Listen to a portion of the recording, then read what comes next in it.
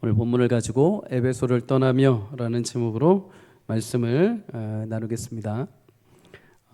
여러분 상가 화장실에 이렇게 종종 가시면 여성분들 화장실은 제가 모르겠어요. 제가 안 들어가서 모르는데 남자분들 화장실에 이렇게 가서 이렇게 볼일을 딱 보실 때 작은 거 보실 때 이렇게 문구가 이렇게 소변기에 이렇게 붙어 있습니다. 그죠? 가장 많이 본 문구가 무엇입니까?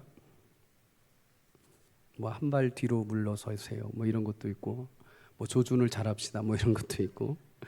제일 많이 본 거는 이제 아름다운 사람은 머물렀던 자리도 아름답습니다.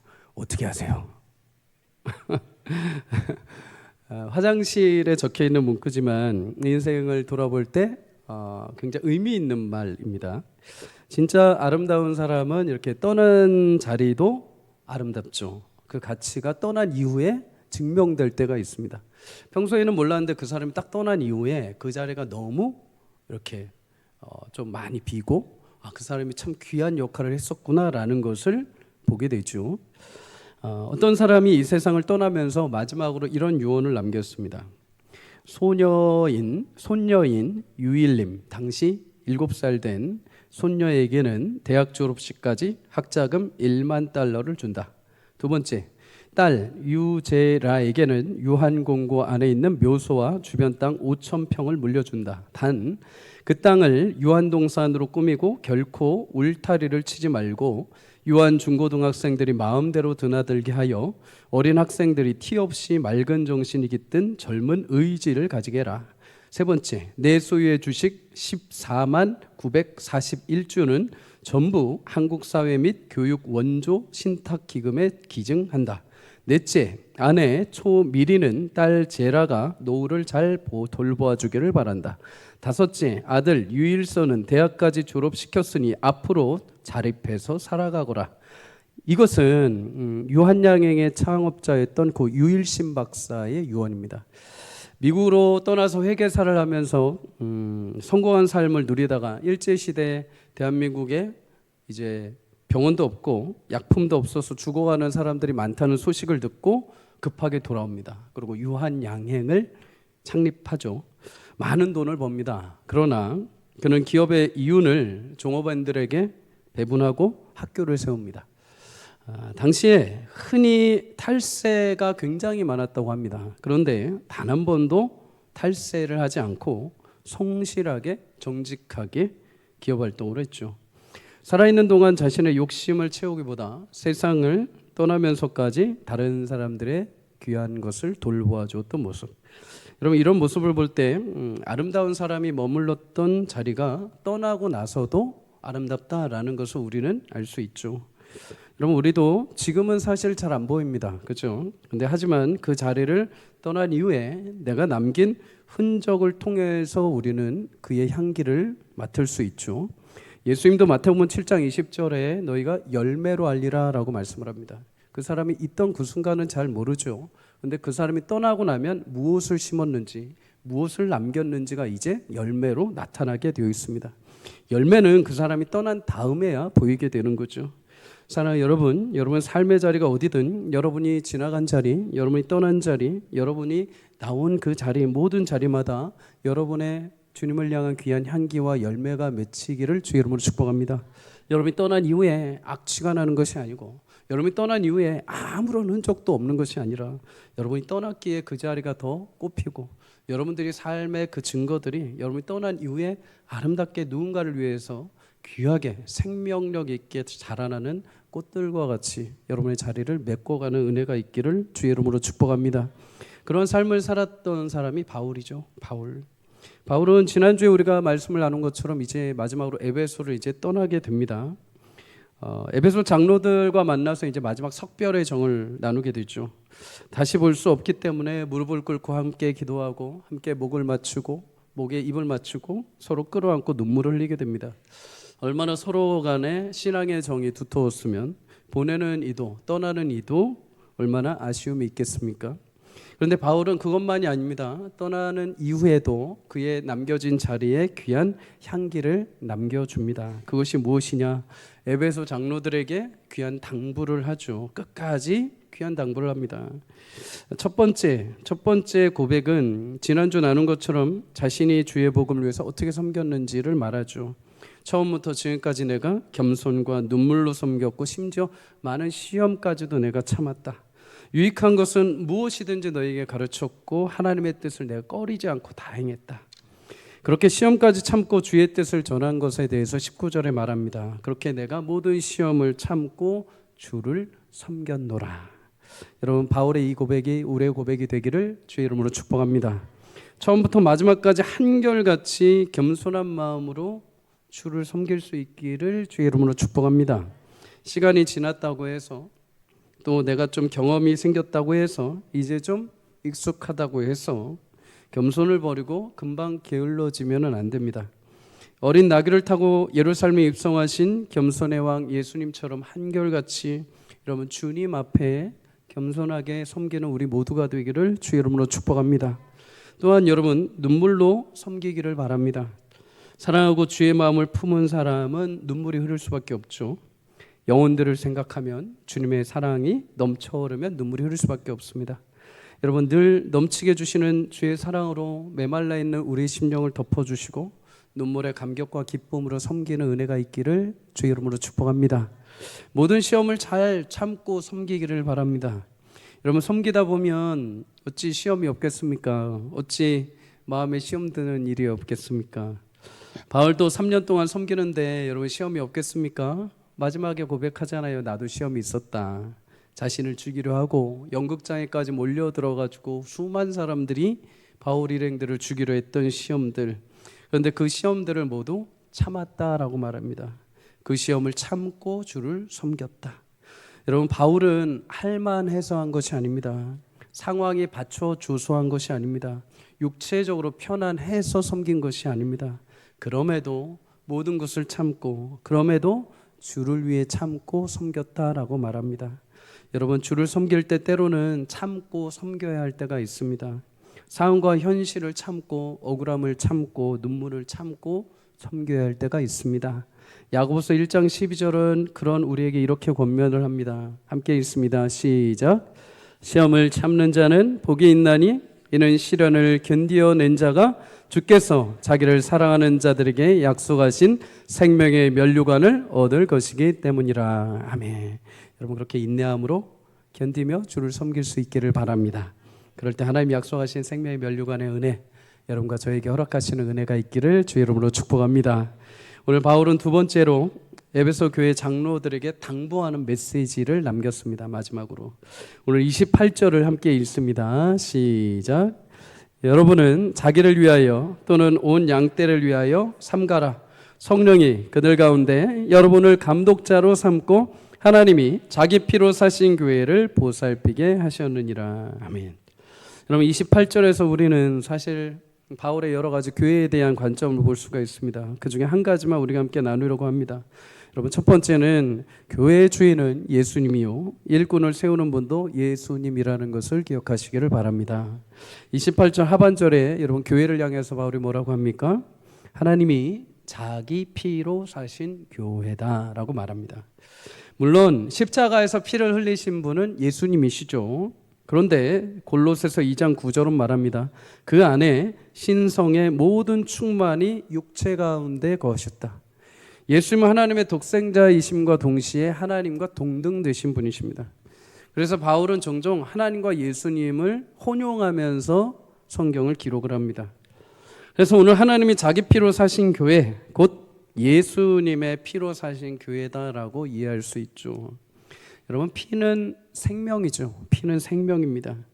다시 말해서 하나님이 독생자 예수님의 생명을 주시고 그것과 맞바꾸신 것이 바로 교회라는 것입니다. 좁게는 우리 교회인 성도 개인이지만 넓게는 함께 모여 예배하는 교회 공동체를 말합니다. 여러분 어떤 부모가 세상에 수억을 준다 하여 자신의 자식과 생명을 맞바꾸는 부모가 어디 있겠습니까? 아무리 세상에 귀한 것을 줘도 자식의 생명과 바꾸는 부모는 아무도 없습니다. 그런데 하나님은 자신의 아들을 맞바꾸셨습니다. 그렇게 해서 바꾸신 것이 바로 그의 생명과 바꾸신 것이 바로 성도요 교회라는 것이죠. 여러분, 그러니 교회가 얼마나 귀한 것입니까? 여러분, 세상이 뭐라 해도, 사람들이 뭐라 해도, 심지어 교회 안에서 성도들이 뭐라 해도, 심지어 목회자들이 타락해서 교회를 엉뚱한 곳으로 인도한다 해도, 여러분, 교회는 예수님의 생명과 맞바꾸신 것이기에, 예수님의 생명이 담겨 있는 것이기에 교회를 귀하게 여겨야 하실 줄 믿습니다. 여러분, 또한 교회는 하나님의 생명과 맞바꾸신 것이기 때문에 교회의 주인은 철저하게 하나님이십니다. 하나님. 교회는 어떤 개인의 소유가 결코 되지 않습니다. 교회는 담임 목사의 것도 아닙니다. 교회는 재력이 많은 사람의 것도 아닙니다. 교회는 말을 잘하는 사람의 것도 결코 아닙니다. 교회는 심지어 어떤 이가 세웠다고 해서 그의 소유도 아닙니다. 교회는 오직 주인이 하나님이심을 믿으시기를 축복합니다. 여러분, 그의 아들의 핏값으로 세운 곳입니다. 그래서 예수님의 사랑을 입은 자들, 예수님을 사랑하는 자들은 예수님의 생명의 가치가 교회에 있는 것을 알기 때문에 교회를 너무나 사랑하는 것이죠. 사랑 우리 서울성광교회 성도님들, 교회를 사랑하고 아낄 수 있기를 주의 이름으로 축복합니다. 단순히 건물을 이야기하는 것이 아닙니다. 내가 교회를 바라볼 때, 교회에 나올 때, 내가 교회를 구석구석 볼 때마다 이것이 하나하나 모두 다 주의 피가 흘려 있는 곳인데, 너무도 쉽게 우리 이 세상에 교회를 대할 때가 있습니다. 너무도 쉽게 하찮게 교회를 아무렇지 않게 평가하고 내가 아무렇지 않게 생각할 때가 있습니다. 여러분, 사람이 감히 교회를 판단할 수 있는 존재가 아닙니다. 하나님이 그의 아들을 죽이면서까지 바꾸신 교회, 여러분, 그런 교회를 귀히 여기시고 영광스러운 교회를 기뻐할 수 있기를 주의 이름으로 축복합니다. 여러분, 교회의 주인이신 하나님은 교회를 그렇게 딱 세우시고 그냥 방치하신 게 아니라 교회의 모든 일을 잘 관리하도록 일꾼을 세우셨습니다. 그들에게 하나님은 교회를 부탁하셨다라고 말하죠. 28절에 성령이 그들 가운데 여러분을 감독자로 삼으셨다라고 말합니다. 바울 시대 감독이라고 하면 교회를 관리하는 사람들 보호자라고 할 수 있습니다. 오늘날로 보면 목사를 가리킬 수도 있죠. 1세기가 지나면서 이 감독이라는 명칭이 이제 설교와 치리를 하는 목사, 그리고 치리만 하는 장로로 이렇게 구분되기 시작을 했습니다. 그런 감독을 누가 세웠다고 합니까? 성령께서 세웠다. 그리고 그들을 세우신 이유는 교회를 보살피게 하시기 위함이다. 사랑하는 여러분, 교회에 세워진 모든 목회자, 직분자들은 여러분 성령께서 세우시고 그 직무를 감당하게 하신 줄 믿습니다. 오래 신앙생활에서 혹은 봉사를 많이 해서 남들 앞에 그럴듯하게 해서 내가 인기로 내가 직분자에 세워진 거 절대 그렇게 생각하시면 안 됩니다. 누군가한테 말 잘하면 이 사람이 나를 뽑아주겠지, 내가 조금 헌금을 많이 하면 아니요, 절대 그렇게 해서 뽑혀서는 안 됩니다. 그렇게 해서 뽑혀서라도 된다고 한다면 그도 불행하고 교회도 불행한 것입니다. 교회의 모든 일꾼은 오직 성령의 감동하심을 따라 그가 사람들 앞에 칭찬받고 하나님의 지혜와 성령이 충만한 자가 뽑혀야 될 줄 믿습니다. 성령의 인도하심을 따라 하나님의 섭리 가운데, 약속 가운데 세워져야 청지기 역할을 감당하는 것이죠. 그러니 여러분, 교회 리더십들이 세워질 때마다 늘 성령의 역사와 주권 앞에 세우신 분이 하나님이심을 믿고 여러분 순복할 수 있기를 주의 이름으로 축복합니다. 또한 세워진 리더십들은 하나님이 주인 되신 교회의 책임을, 그 거룩한 부담감을 안고 감당할 수 있기를 바랍니다. 너무 쉽게 하지 마십시오. 너무 쉽게 인간적인 생각으로 답을 내리지 마십시오. 너무 쉽게 세상의 방법으로 하지 마십시오. 하나님이 그 고귀한 교회의 영광을 여러분에게 나누어서 그것을 감당하게 하신 것입니다. 두렵고 떨리는 마음으로 해야 되는 것이죠. 감사하는 마음으로 해야 되는 거죠. 영광스러운 마음으로 해야 됩니다. 여러분, 우리 교회 모든 리더들 하나님의 막중한 책임감을 가지고 청직의 마음으로 감당할 수 있기를 주의 이름으로 축복합니다. 여러분, 그렇다면 에베소 교회에 그렇게 세우신 일꾼들을 향해서 무엇을 하라고 하셨을까요? 왜 그렇게 일꾼들을 세우셨습니까? 교회를 섬기도록, 교회를 보살피도록 세우셨다라고 오늘 성경이 말합니다. 보살피다, 원어적 의미로 치게 하셨다라는 의미입니다. 흔히 목자가 양을 친다라고 우리는 이렇게 표현을 하죠. 친다라는 그 의미는 물과 풀이 있는 곳으로 양떼를 인도한다, 바른 길로 양떼를 인도한다, 외부에서 공격하는 짐승들로부터 보호한다라는 의미가 있습니다. 그러기 위해서 바울이 장로들에게 먼저 말한 게 있습니다. 먼저 삼가라입니다. 삼가다, 주의 말씀 앞에 기울여 경계하라라는 것이죠. 몇 주 전 설교 시간에 파수꾼에 대한 이야기를 잠시 나눴습니다. 파수꾼이 잠들어 있으면 여러분, 그 안에 있는 모든 성 안에 있는 사람들도 위험에 처하게 됩니다. 반면에 파수꾼이 깨어서 위험을 보고 나팔을 불고 경고를 하면 성 안에 있는 사람들은 안전할 수 있죠. 마찬가지로 교회의 감독과 리더들은 늘 깨어서 파수꾼의 역할을 감당해야 됩니다. 그런데 여기서 맨 첫 문장을 유심히 봐야 되죠. 자기를 위하여 또는 온 양떼를 위하여 살피라라고 말합니다. 여러분, 영어 성경에 보면 자기를 위하여 그리고 온 양떼를 위하여 삼가라 이렇게 되어 있습니다. 다시 말해서 양떼의 주의를 기울이고 깨우기 위해서는 먼저 일꾼이 깨어 있어야 된다는 것입니다. 우리는 내 안에 있는 것이 나올 수밖에 없는 사람들입니다. 내 안에 하나님을 향한 마음과 늘 주의 깊게 주의 뜻을 생각하는 마음이 있을 때 그것이 내 안에서 삶으로, 내 안에서 입술로 드러나게 되는 것이죠. 여러분, 저를 비롯하여 우리 교회의 모든 리더들, 먼저 우리 안에 하나님 앞에 깨어 있어 그의 은혜를 생각하며 하나님으로부터 공급받은 지혜와 은사가 우리 안에 넘쳐나는 은혜가 있기를 주의 이름으로 축복합니다.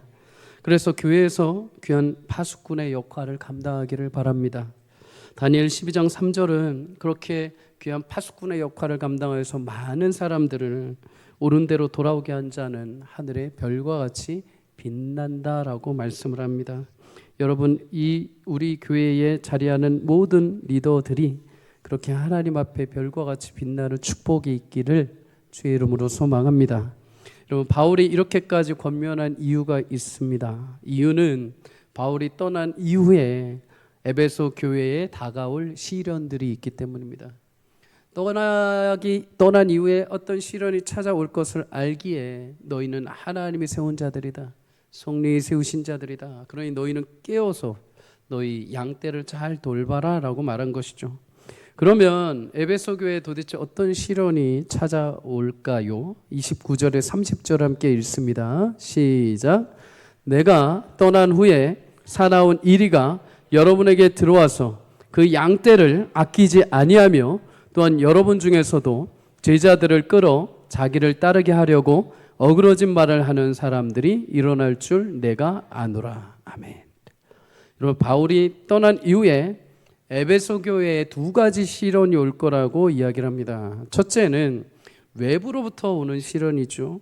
29절에 교회에 들어오는 사나운 이리라고 말합니다. 이들은 거짓 선지자들을 말하죠. 예수님도 마태복음 7장 15절에 이러한 자들을 가리켜서 이리라고 표현합니다. 이리. 이들의 특징 여러 가지가 있죠. 사건의 특징도 있고 또 여러 가지 위험에 처하게 하는 특징도 있고 거짓말을 하는 특징도 있고, 그 중에서 가장 중요한 특징 중에 하나는 오늘 본문에 있는 것처럼 이들은 양떼를 아끼지 않는다라고 말합니다. 바울 당시에 이방인의 개종을 방해하기 위해서 율법을 강조했던 유대인들, 헬라 철학을 교묘하게 결합시켰던 자들이 있었습니다. 이들은 자신의 가르침 때문에 영혼들이 천국에 갈 수 있는 길이 막히고 오히려 엉뚱한 길을 간다는 것을 전혀 생각하지 않았습니다. 나는 가지고 있는 내 율법, 내 철학 가지고 어떻게 해서 관철시키기 위해서 그들에게 거짓된 가르침을 한 거죠. 그 가르침을 받는 자들은 앞뒤 따지지 않고 그게 진리인 줄 알고 엉뚱한 길을 살다가 죽게 되는 것입니다. 그러니 얼마나 이게 무책임한 행동입니까? 요즘 이단들도 여러분 특징이 있습니다. 그런 특징이 있죠. 자기들의 양떼를 아끼지 않습니다. 오직 자기들만 생각을 하죠. 대표적인 단체가 신천땡이죠. 신천땡. 이들의 특징 가운데 하나는 전도를 이렇게 하라고 시켰는데 만약에 못하면 한 사람당 벌금이 있다고 합니다. 얼마 깨요? 100만 원이라고 합니다. 100만 원. 예. 그러면 딱 전도 대회를 해가지고 전도를 영혼들을 못하면 100만 원을 내죠. 그러면 그 벌금을 모아서 무엇을 하느냐? 전도를 많이 한 사람을 시상을 한다고 합니다. 3등 얼마 줄까요? 10만 원 준답니다. 2등 얼마 줄까요? 10만 원 준답니다. 1등은 나머지 벌금을 싹 다 모아서 다 준다고 합니다. 그런데 매번 1등이 정해져 있다고 합니다. 신천지 교주 이만땡이라고 합니다. 1등은 바뀌지 않는다고 합니다. 여러분, 양떼들이 천국에 갈지 지옥에 갈지 신경 전혀 안 씁니다. 오직 자기들의 이속만 챙기는 거죠.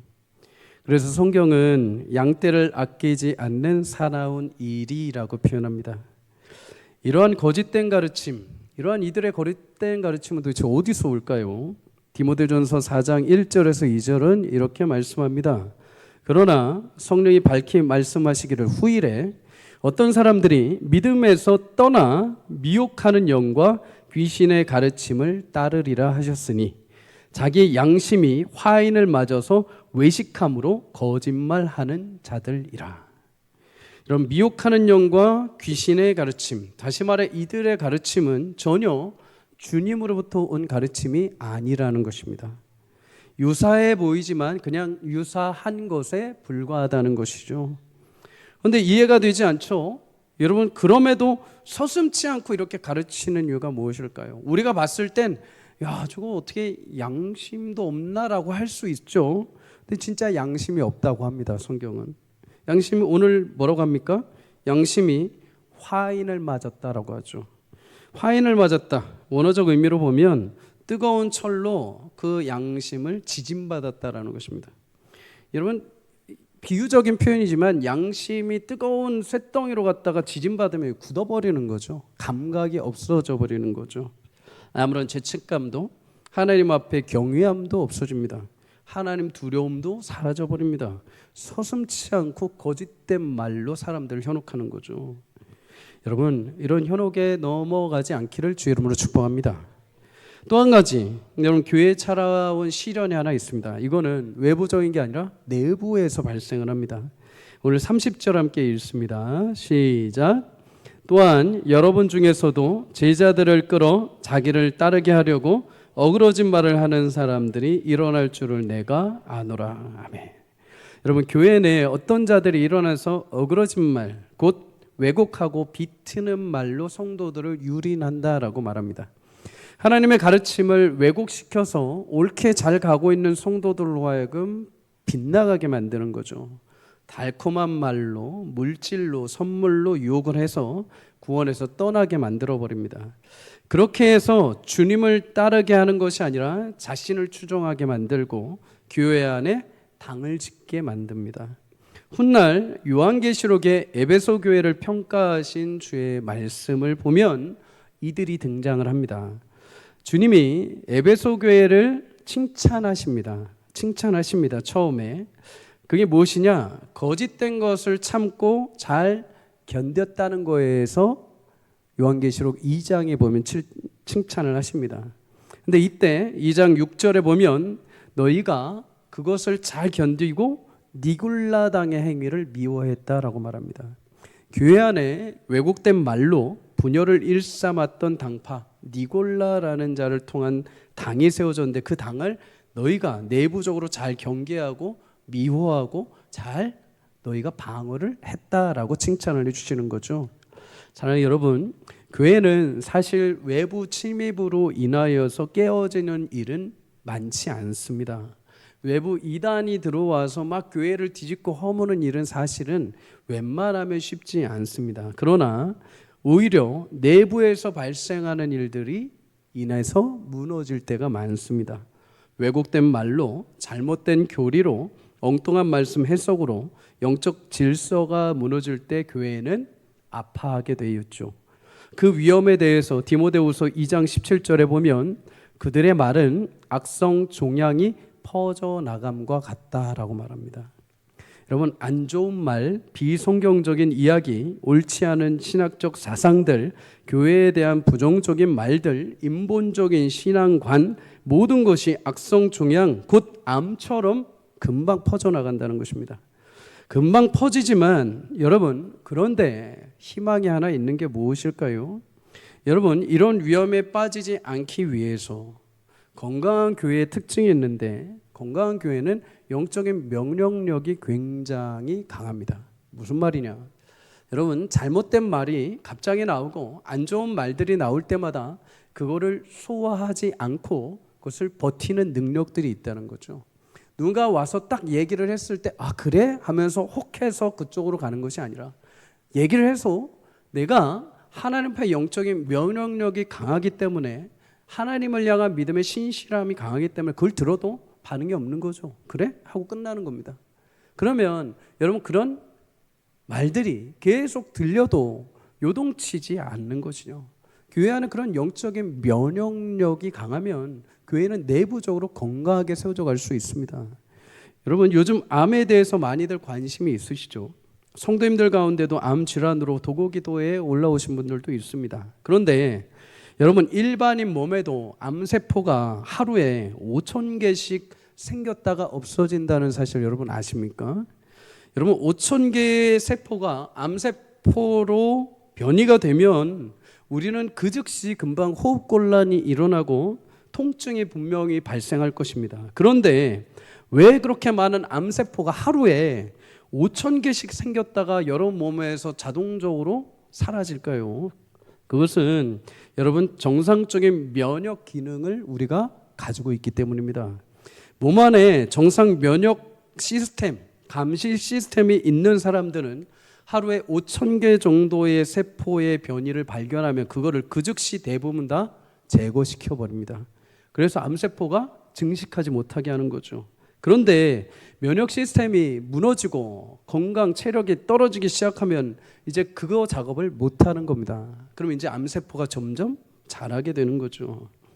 여러분, 마찬가지입니다. 교회 안에 어려진 말을 잠재우는 것은 진리의 말, 주의 말씀을 온전하게 고백하고 듣는, 그리고 그런 말씀들을 나누는 성도들이 많아지면 자연스럽게 잠재워지게 되어 있습니다. 선하신 주의 말씀에 귀 기울이는 성도, 주님을 향한 주권과 믿음의 신뢰의 관계가 끈끈하게 맺혀져 있는 교회라면 왜곡되어 있는 말들이 나와도 흔들리지 않을 수 있다는 것이죠. 지난주에 리더십 에센스 시간에 우리 리더들하고 나눴던 예화입니다. 캐나다의 왕립 기마경찰은 위조 지폐를 감식하는 훈련이 있습니다. 진짜와 가짜가 있겠죠. 근데 위조 지폐를 감식하는 훈련이 뭔지 아십니까? 가짜를 보지 않습니다. 위조 지폐 가짜에 대해서 연구하지 않습니다. 아, 가짜는 이런 흠이 있고 이런 표시가 없고 이런 그림자가 없고 이런 걸 보지 않습니다. 경찰국에서는 경찰관들에게 절대로 위조 지폐를 보여주지 않는다고 합니다. 이거 문제 저거 문제 이렇게 문제를 보여주지 않는다고 합니다. 대신에 진짜 지폐에 대해서만 진지하게 연구시키다고 합니다. 몇십 년을 진짜 지폐만 보여주는 것이죠. 너무 철저하게 진짜 지폐만 보다 보니까 가짜가 하나 딱 들어오면 그건 자연스럽게 튀어나오는 겁니다. 진짜만 연구하다 보니까 거기에 미치지 않는 게 딱 들어오면 구별되는 거죠. 자연스럽게요. 여러분, 동일합니다. 건강한 영적 면역력을 가지려면 예방주사를 맞는 것도 좋지만 가장 좋은 것은 영적 양식을 계속해서 먹고 바라보는 것입니다. 교회는 이래야 돼, 교회는 이래야 돼, 이런 거 없어야 돼. 백날 그래도 여러분 그런 말들과 이야기들은 나오게 되어 있습니다. 가장 좋은 것은 하나님의 말씀 앞에 귀 기울이는 것이죠. 말씀을 통해 하나님을 계속 알아가는 것입니다. 예수님을 통한 믿음과 구원의 확신을 명확하게 지닐 때 여러분, 다른 소리들이 들어와도 요동치 않고 건강하게 교회와 성도가 자라갈 수 있는 것입니다. 사랑하는 여러분, 유사복음에 흔들리지 않도록 우리가 정확한 복음 위에서 매일같이 걸어갈 수 있기를 주의 이름으로 축복합니다. 여러분의 건강을 하나님 지켜주시기를 축복합니다. 동시에 여러분의 영적 체력도 하나님 안에서 하나님이 여러분들이 키워가시기를 바랍니다. 그래서 영적으로 들리는 수많은 말들이 있을 때마다 그것이 자연스럽게 드러나고 내게 걸려지고 오직 하나님의 말씀 신실한 은혜, 하나님이 주시는 귀한 소망의 말들만 우리 가운데 들리고 울려 퍼지기를 주의 이름으로 간절히 축복합니다. 여러분, 그런데 오늘 바울은 외부 내부에서 이렇게 찾아오는 위험에 대해서 뭐라고 합니까? 30절 하반절에 이 일들이 일어날 줄 내가 안다. 내가 떠나고 나면 반드시 이 일들이 너희한테 내외적으로 찾아올 텐데 너희는 반드시 깨어서 스스로 삼가고 양떼를 잘 돌봐라 라고 말하죠. 근데 여러분, 실제로 바울이 떠나고 나서 이 일들이 일어납니다. 그러면 여러분, 바울은 돗자리를 깔아야 될까요? 어떻게 이렇게 예지력이 있을 수 있을까요? 그런데 여기서 바울이 안다라는 이 단어, 오이다라는 이 단어는 여러분, 주목하여서 인식하다, 경험하여서 알다라는 의미가 있습니다. 다시 말해서 에베소 교회를 바울이 이미 섬길 때 그 안에, 그 밖에 외부의 이단과 내부의 분열을 하려는 사람들의 모습이 이미 있었다는 것입니다. 바울이 이미 경험을 한번 했습니다. 이미 그는 알고 있었습니다. 그런데 여러분, 그동안에 바울이 있을 때는 왜 그러면 에베소 교회에 이런 큰 내외적인 어려움들이 있었는데 왜 드러나지 않았을까요? 31절에 이렇게 말하죠. 바울이 일깨어 3년 반낮 쉬지 않고 눈물로 각 사람을 훈계했다. 바울이 3년 동안 에베소 교회를 섬기면서 밤낮 쉬지 않고 눈물로 하나님 앞에 성도들을 계속해서 바른 길로 가기 위해서 깨우쳐 알게 했기 때문입니다. 밖에서 이런 얘기 듣고 왔을 때 아니야, 그건 아니고 이겁니다. 내부에서 이런 말들이 들렸을 때 아닙니다, 하나님 이렇게 말씀하셨습니다 하면서 쉬지 않고 바울이 계속해서 말씀을 전하고 가르쳤기 때문에 이들이 틈타서 넘어올 시간을 주지 않은 것이죠. 여러분, 에베소 교회에 많은 문제가 있었음에도 바울이 있는 동안 바울이 쉬지 않고 눈물과 수고를 통해서 거짓 가르침과 선동이 교회를 함부로 할 수 없었습니다. 깨어있는 한 사람이 있으면 여러분, 그 공동체는 어둠의 권세가 결코 틈탈 수 없는 줄 믿습니다.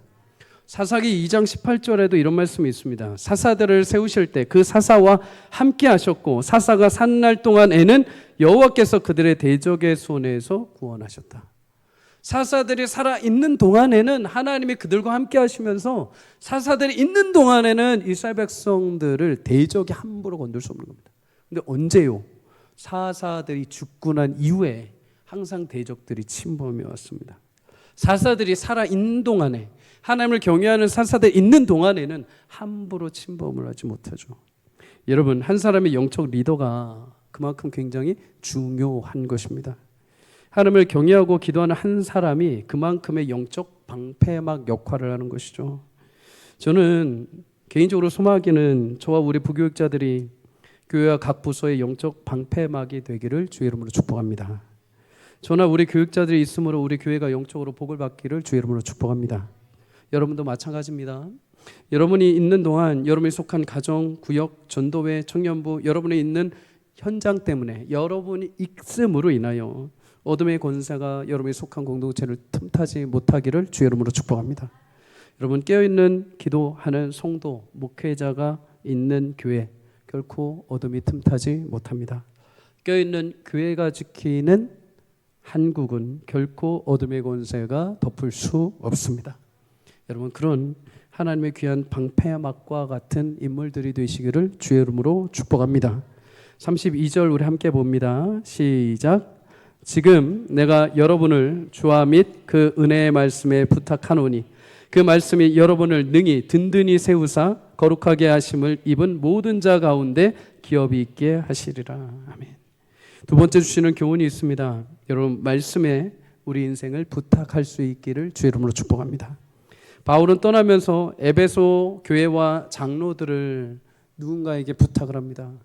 자신의 믿을 만한 사람, 자신의 애제자에게 부탁하는 것이 아니라 그는 딱 한 분에게 부탁합니다. 주와 그의 은혜의 말씀에 너희를 부탁한다.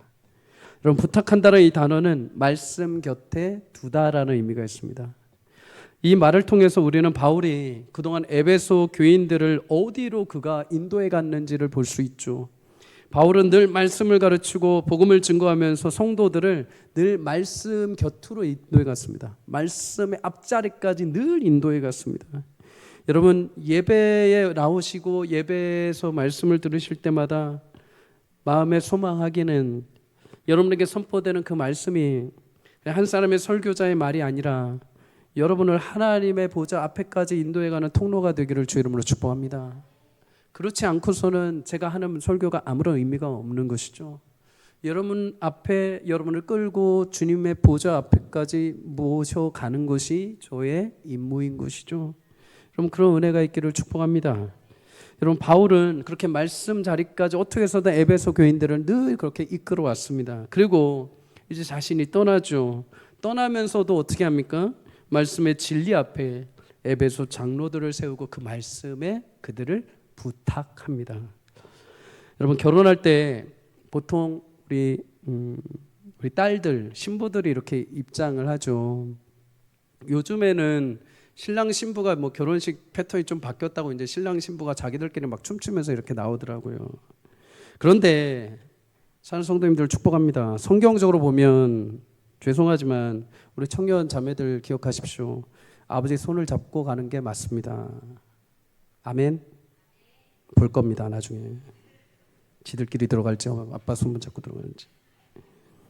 구약에 보면 딸의 모든 권한, 시집가기 전까지의 권한은 아버지 슬하에 있습니다. 모든 권한과 결정 권한, 딸을 보호해야 될 책임이 아버지의 그늘 아래 있습니다. 그런데 결혼을 하게 됨과 동시에 이제 그 딸, 그 여인의 모든 책임과 결정과 보호는 남편의 그늘 가운데 가게 됩니다. 그래서 결혼식 할 때 사실 아버지가 귀하게 키워온 자신의 딸, 보호해온 딸, 자신의 애지중지 목숨 바쳐 키워온 그 딸을 정중하게 모셔서 자신 다음에 이어줄 그 사위에게 정중하게 부탁하는 것이 맞습니다. 그러니 참 우리 청년 자매들 결혼식 할 때 자기야 우리끼리 가서 선언문만 하자 이런 거 하지 마세요. 결혼도 예식이 되어야 합니다. 사람과 무엇보다 하나님 앞에 예배로 드려야 됩니다. 예배로 드려야 됩니다. 우리 청년 자매들 기억하십시오. 그거는 우리끼리 좋아서 짝짝꿍하는 시간이 결코 아닙니다. 하나님 앞에 태초 전에 나와 예정하신 그 영혼 앞에 우리 삶을 두고 하나님 앞에 기쁘게 언약식을 하는 시간입니다. 그러니 예배로 하시기를 축복합니다. 권면합니다. 그리고 꼭 아빠의 손을 잡고 가십시오. 여러분, 그렇게 딸을 정중하게 자신의 사위에게 부탁하는 것처럼 여러분, 바울은 성도들을 애지중지 말씀으로 양육하고 나서 마지막 최종적으로 어디에다 부탁하느냐? 주의 말씀 앞에 부탁을 합니다. 주의 말씀 앞에 맡겨드립니다. 사랑하는 여러분, 이보다 더 강력한 보호는 없습니다. 이보다 더 완전한 보호는 없죠. 나보다 이 아비보다 더 뜨겁게 사랑해 줄 수 있는 신랑, 나보다 더 뜨겁게 생명 바쳐 자신의 삶을 내어놓고 보호해 줄 남자에게 맡긴다는 것. 나 바울보다 더 귀하게 너희를 사랑하시는 완전하신 말씀이신 주님 앞에 맡겨드린다는 게 얼마나 귀한 것입니까? 여러분, 매 주일마다 말씀을 듣고 여러분의 삶의 자리로 돌아갈 때 여러분의 인생이 주의 말씀 앞에 붙들리고 말씀 앞에 보호받기를 주의 이름으로 축복합니다. 여러분의 인생을 주의 말씀에 맡기기를 주의 이름으로 축복합니다. 아브라함도 엄밀히 말하면 여러분 주의 말씀 한마디 의지하고 온전히 자신의 가족을 데리고 고향을 떠났습니다. 모세도 주의 약속의 말씀을 붙들고 지팡이 하나 들고 애굽 바로왕을 찾아갔던 사람입니다. 말씀에 의지하고 맡기는 자에게 하나님 그 약속의 말씀을 성취하십니다. 여러분의 인생과 미래 건강 주님의 말씀 앞에 맡기기를 축복합니다. 우리 자녀들 주의 말씀 앞에 맡기기를 주의 이름으로 축복합니다. 주께서 그들의 길을 인도하실 것입니다. 마지막으로 여러분, 신앙의 모본은 또 다른 모본을 만들어냅니다. 쉽게 모범이라고 이야기를 하죠. 35절 우리 함께 읽습니다. 시작. 범사에 여러분에게 모본을 보여준 바와 같이 수고하여 약한 사람들을 돕고 또 주 예수께서 친히 말씀하신 바 주는 것이 받는 것보다 복이 있다 하심을 기억하여야 할지니라. 아멘. 모본, 영어 성경으로 바울은 내가 내 삶으로 너에게 보여주었다, 보여주었다라고 말합니다. 왜 바울이 이렇게까지 굳이 보여주는 신앙생활을 해야 됐을까요? 오른손이 왼손을 모르게, 왼손이 오른손 모르게 안 보이게 하면 안 될까요? 아니요, 보여야 합니다. 보여야 됩니다. 바울은 늘 비방받던 것이 두 가지 있습니다. 하나는 그의 사도권입니다. 사람들이, 거짓 선지자들이 항상 바울을 공격할 때마다 너는 12제자가 아니다, 너는 감히 너는 사도권이 없다라고 하면서 항상 사도권에 대해서 트집을 잡았죠. 그래서 바울은 항상 복음을 전할 때마다 주님을 나를 다메섹 도상에서 만나주시고 나를 이방의 사도로 부르셨다면서 자신을 늘 강력하게 피력합니다. 또 한 가지 비방받던 것이 있습니다. 바울이 예루살렘 교회를 위해서 여러 아시아 지역의 헌금, 연보를 가지고 예루살렘 교회로 전달을 하는데 그 예루살렘 교회에 전달할 헌금을 바울이 자기 마음대로 유용했다는 것입니다. 거짓말을 한 것이죠. 그럼 바울은 이런 비방에 대해서 어떻게 대처를 합니까? 모범을 보입니다. 모범을. 33절에 내가 아무의 은이나 금이나 의복을 탐하지 아니하였고 심지어 내가 손으로 내 동행들이 쓰는 것을 충당하였다. 바울은 실제로 고린도에서 만난 브리스길라 아굴라 부부와 함께 천막 만드는 생업을 이어갔습니다. 자신에 대한 오해, 비방에 대해서 그것이 아님을 삶으로 증명한 것이죠. 사실 바울은 여러분 얼마든지 영적인 것을 주었기 때문에 육체적인 필요를 받아낼 수 있는 권리가 있었습니다. 고린도전서 9장 11절에 보면 신령한 것을 뿌렸은즉 너희의 육체적인 것을 거두기로 과하다고 하겠느냐. 다시 말해 너에게 영원한 생명에 대해서 복음을 전달했는데 그 생명을 받은 너희들에게 내가 필요한 물질을 내가 받는 것이 과하다고 하겠느냐. 너희는 이 땅에 물질을 주면 나는 생명을 전해주지 않았느냐. 그러나 12절에 내가 이러한 권리를 가졌지만 이 권리를 쓰지 아니하고 범사에 참는 것은 그리스도의 복음에 아무 장애가 없게 하려 함이라. 바울 자신이 전하는 복음, 심지어 자신에 대한 오해를 불식시키기 위해서 내가 취할 수 있는 권리가 있음에도 그것을 취하지 않고 모본을 보이므로 자신이 전한 하나님의 복음이 제한이 되지 않도록, 장애물 때문에 거침이 되지 않도록 자신의 모든 것을 다 희생을 한 것입니다. 여러분, 심지어 바울은 그렇게 힘들게 손으로 수고한 모든 물질을 어떻게 합니까? 그냥 내가 돈 벌고 내가 알아서 먹고 전도하는 게 아니라 그 번 것 가운데서도 약한 사람들을 위해서 내가 도왔다라고 말합니다. 여러분, 누가복음 6장 38절에 말합니다. 주라, 그리하면 너에게 줄 것이니 곧 후히 되어 누르고 흔들어 넘치도록 하여 너에게 안겨주리라. 바울은 없음에도 불구하고 마치 모든 것을 다 가진 자처럼, 마치 없음에도 불구하고 마치 자신이 부유한 것처럼 없는 자들에게 나눠주는 모범을 보여준 것이죠. 그러면 여러분, 바울이 이러한 모범은 도대체 어디에서 나왔을까요? 예수님으로부터 시작이 되었습니다. 바울은 철저하게 예수님을 따라가고 싶었던 자이고 예수님의 삶을 닮아가고 싶었던 사람이죠. 심지어 그 예수님의 죽음까지도 바울은 따라가고 싶어 했습니다. 오직 예수님이 자신에게 보여주신 그대로 바울도 그대로 살아간 것이죠. 요한복음 13장 15절에 예수님이 제자들의 발을 씻겨주시고 말씀하십니다. 너희에게 내가 행한 것 같이 너희도 행하게 하려 내가 본을 보였노라. 여러분, 예수님의 그 행하심을 따라 바울이 이제 자신에게 남겨진 에베소 장로들에게도 내가 예수님을 따라 그렇게 행한 것을 너희도 보고 이제 너희도 그렇게 해주기를 바란다 하면서 마지막으로 떠나가게 됩니다. 사랑하는 여러분, 교회마다 각자 가지고 있는 전통과 문화가 있습니다. 그런데 여러분, 그 중에서 제일 잊지 말아야 하는 전통이 있습니다. 그것은 주님을 닮아가는 전통입니다. 주님을 위해서 힘쓰는 문화입니다. 주님을 위해서 애쓰고 기도하고 주님을 닮아가려는 전통. 여러분, 그러한 모습이 우리 교회 가운데 전통으로 자리하기를 주의 이름으로 축복합니다. 우리 교회는 옛날에 이거 했어요, 저거 했어요. 다른 거 말고, 다른 거는 사실 있다가도 없어질 수 있습니다. 없다가도 새롭게 생길 수 있죠. 그러나 교회는 유일하게 하나 전통으로 계속 흘러나와야 되는 것이 있습니다.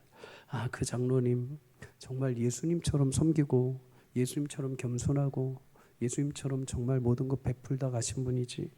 그 권사님 정말 엄마처럼 늘 언제나 기도해 주시고 늘 기댈 수 있는 주님의 사랑처럼 늘 언제나 품어주셨던 분이지. 그 교역자분 진짜 어떻게 해서든 예수님 앞에 몸부림치면서 밤낮 수고했던 분이지. 여러분, 그런 아름다운 문화와 영적인 전통이 우리 교회 가운데 흘러넘치기를 주의 이름으로 축복합니다. 그런 교회가 복받은 교회이죠. 막 화려하게 막 외부적으로 장식하는 것보다 그런 내면적으로 주님을 따라가는, 한 명 한 명의 주님을 따르는 본을 따라가는 성도들이 있는 교회가 행복한 교회고 복된 교회인 줄 믿습니다. 사랑하는 여러분, 우리 그런 교회를 꿈꾸기를 주의 이름으로 축복합니다. 저나 여러분 모두가 그렇게 예수님 보이신 본, 또 바울이 이어서 보여준 본, 그리고 에베소 교회를 통해 또 우리 교회를 통해 흘려주신 그 본을 따라 아름답게 주님이 기뻐하시는 열매를 맺는 복된 교회요 성도가 되기를 주의 이름으로 간절히 축복합니다.